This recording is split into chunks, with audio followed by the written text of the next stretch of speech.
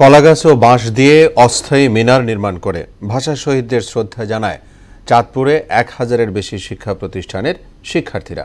সরকারি বরাদ্দের অভাব সহ নানা কারণে শহীদ মিনার নির্মাণ না হওয়ায় ক্ষোভ রয়েছে স্থানীয়দের।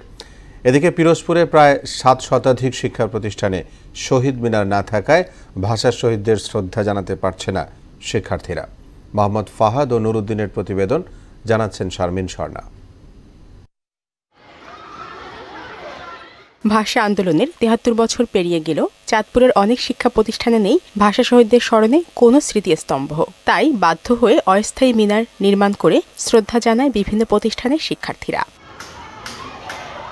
জেলার ১,১৫৬টির মধ্যে ৮৫১টি প্রতিষ্ঠানে নেই শহীদ মিনার। এতে ভাষা আন্দোলনের ইতিহাস জানতে পারছে না শিক্ষার্থীরা। আমাদের স্কুলে শহীদ মিনার নাই, আমাদের যদি ফুল দিতে হয় অন্য স্কুলে বা ফরিদগঞ্জ শহীদ মিনারে গিয়ে ফুল দিতে হয়। আমাদের কলাগাছে শহীদ ফুল দিতে ভালো লাগে না, আমরা একটা শহীদ মিনার চাই। সরকারিভাবে যদি প্রাথমিক বিদ্যালয়ে শহীদ মিনার নির্মাণ করা হয় তাহলে শিক্ষার্থীরা ভাষা আন্দোলনের ইতিহাস এবং সংস্কৃতি সম্পর্কে জানবে। যেসব শিক্ষা প্রতিষ্ঠানে শহীদ মিনার নেই সেসব প্রতিষ্ঠানে দ্রুত মিনার নির্মাণের কথা জানান জেলা শিক্ষা অফিসার।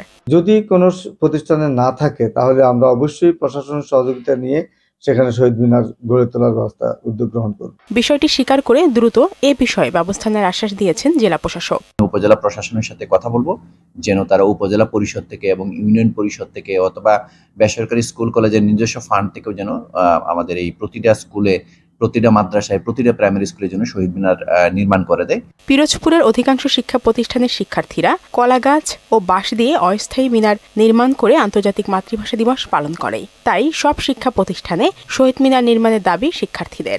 আমাদের স্কুলে শহীদ মিনার নেই, আমরা কলেজে গিয়ে ফুল দিই। আমাদের কোনো শহীদ মিনার নেই, আমাদের অন্য স্কুলের ক্যাম্পাসে গিয়ে আমাদের শ্রদ্ধা নিবেদন করতে হয়। দীর্ঘদিনে এই বিদ্যালয়ে কোনো শহীদ মিনার তৈরি করা যায়নি।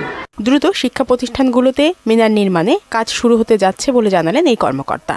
আমাদের যে ২১-এর ঐতিহ্য, ২১ কি, সেখান থেকে আমরা আজ যে বাঙালি জাতি হিসাবে একটা আলাদা সত্তা, আমরা যে একটি স্বাধীন সার্বভৌম বাংলাদেশ পেয়েছি, এই ইতিহাসগুলো আমাদের প্রত্যেকটা শিশুর ভালোভাবে জানা উচিত এবং আমাদের প্রতিটি বিদ্যালয়ে শহীদ মিনারও থাকা প্রয়োজন।